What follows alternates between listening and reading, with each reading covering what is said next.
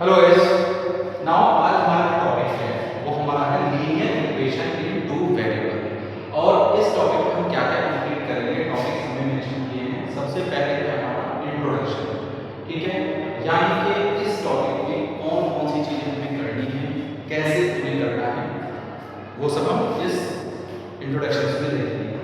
Then after है आपका linear equation in two variables, यानी कि इंट्रोडक्शन के बाद जो आपके टू इक्वेशंस हैं वो फॉर्म कैसे करेंगे, किस किस कंडीशन में हम उसे लीनियर इक्वेशन टू वेरिएबल कहेंगे या फिर कैसे वो आएंगे।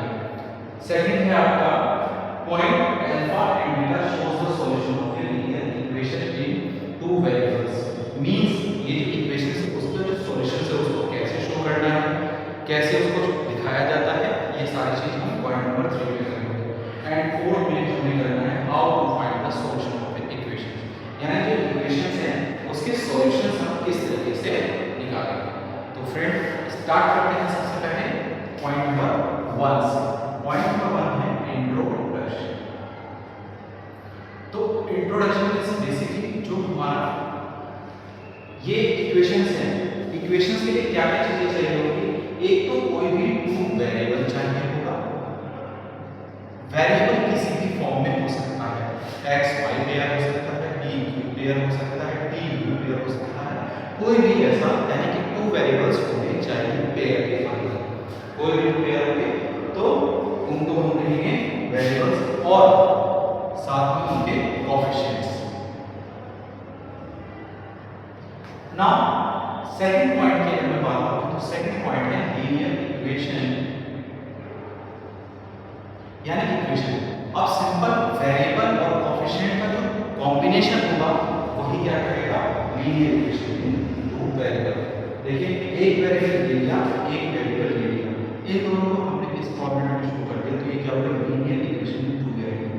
अब वर्ड आ रहा है लीनियर, लीनियर ही क्यों कहते हैं इसको, बिकॉज इनमें जो ऑर्डर है यानी पावर है वेरिएबल की वो हमेशा 1 होनी चाहिए। इट मस्ट बी 1 से ज्यादा नहीं हो सकती, 1 से कम नहीं हो सकती। 1 से कम का मतलब नेगेटिव नंबर या फिर आप कह लीजिए 0 से क्यों, x रेज़ टू पावर 0 का सेंस होता है 1, तो एक तरह से वेरिएबल लीनियर क्या है, कांस्टेंट। तो याद रखना कोई भी इक्वेशन जो फॉर्म करेंगे उसके लिए टू वेरिएबल विद ऑर्डर 1 जरूर होना चाहिए, तभी आप इक्वेशन फॉर्म करेंगे। अब इसकी एक जनरल फॉर्मेट होते हैं, जब आपकी equation ax by plus c equal to 0 की फॉर्मेट में हो, where a and b not equal to 0। a और b 0 नहीं हो सकता, c हो भी सकता है, नहीं हो सकता, इससे कोई फर्क नहीं पड़ेगा, लेकिन a and b 0 नहीं होना चाहिए। मींस a और b जो कोएफिशिएंट्स ऑफ वेरिएबल होंगे इक्वेशंस के वो कभी भी 0 नहीं होने चाहिए। तो such type of equation is known as what, linear equation in two variable. Now third point है आपका पॉइंट जैसे अल्फा एंड बीटा। तो अल्फा हम ये कह सकते हैं सॉल्यूशन ऑफ जो इक्वेशन है उसमें x की वैल्यू और बीटा वो है y की वैल्यू। एक इक्वेशन लेते हैं इसको बोलते हैं x plus y plus 3 equal to 0, ठीक है। नाउ अगर हम देखें x equal to 1 और y equal to -2, अगर हम ये इसमें अगर हम इस इक्वेशन को प्रूव करेंगे तो देखिए क्या होगा, x की वैल्यू 1 और y की वैल्यू -2 प्लस 3। अब यहाँ पर क्या आएगा, 1 और 3 4 -2 एंड दैट इज 2, और जबकि हम क्या है इक्वल टू 0, तो इसका मतलब ये क्या है, नॉट सॉल्यूशन। लेकिन अगर हम इसी जगह x इक्वल टू -1 और y इक्वल टू भी -2 रखें तो उसी जगह पे क्या हो जाएगी, -1 x की वैल्यू, y की वैल्यू -2 और +3, इसको -3 +3 और ये क्या है 0, क्योंकि क्या है इक्वल टू 0। यानी उस केस में ये वैल्यू इस इक्वेशन को सेटिस्फाई कर रही है, तो इसी को हम क्या कहेंगे, सॉल्यूशन। तो ये हो गया आपका सॉल्यूशन निकालने के लिए। अब आपका जो इक्वेशंस का है क्या नेक्स्ट पॉइंट, वो है how to find out solution of a equation. तो इक्वेशन की सॉल्यूशन किस तरह से आप फाइंड आउट करेंगे, तो सिंपली इसके लिए हमें क्या करना होगा, कोई भी इक्वेशन अगर हमने दे रखी है, यहां लेते हैं इसी इक्वेशन को लेते हैं, ये है x plus y plus 3 equal to 0, ठीक है।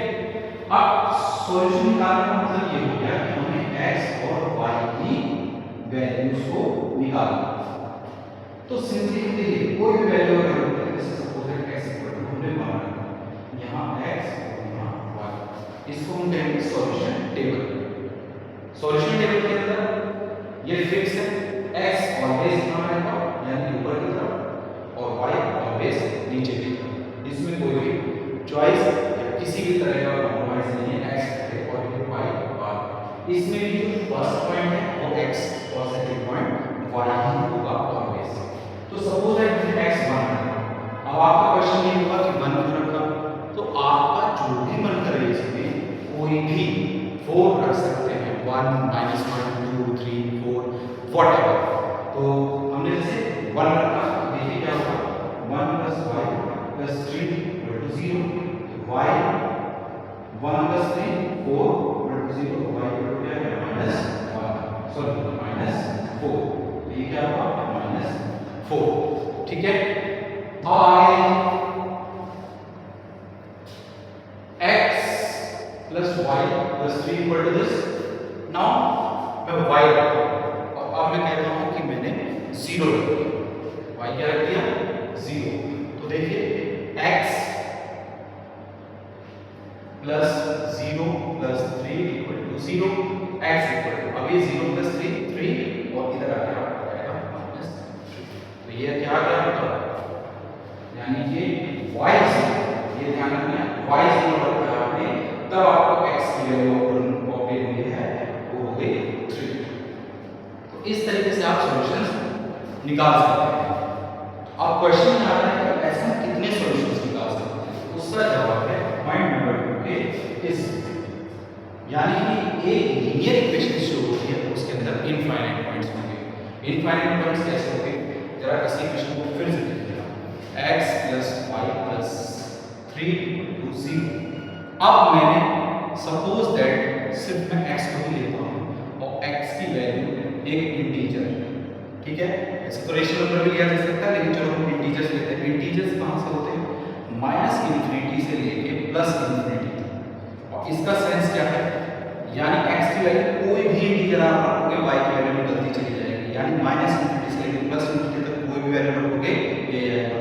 तो इसका मतलब y के भी कितने हो गए, इसी तरीके से इनफाइनाइट सॉल्यूशन हो गए। दूसरा y इक्वल टू अगर आप देखें सेम -∞ से +∞ तक ये भी आप रख सकते हैं, और -∞ से +∞ तक रखेंगे तो यहाँ पर भी आपको x के बहुत सारे सॉल्यूशंस मिल जाएंगे। तो इसलिए एक लीनियर इक्वेशन जो होती है उसमें इनफाइनाइट सॉल्यूशंस होते हैं। ओके, तो इस टॉपिक में क्या क्या आपको कंप्लीट करना है, क्या क्या चीजें आपको हैं, ये चीज हमने यहाँ पर डिस्कस कर ली है। अब सॉल्यूशंस की बात करेंगे तो एक्सरसाइज में किस तरह के क्वेश्चन है कैसे हैं वो हम नेक्स्ट की वीडियोस में देखेंगे। यहाँ तक का टॉपिक आपको बिल्कुल क्लियर हो जाना चाहिए।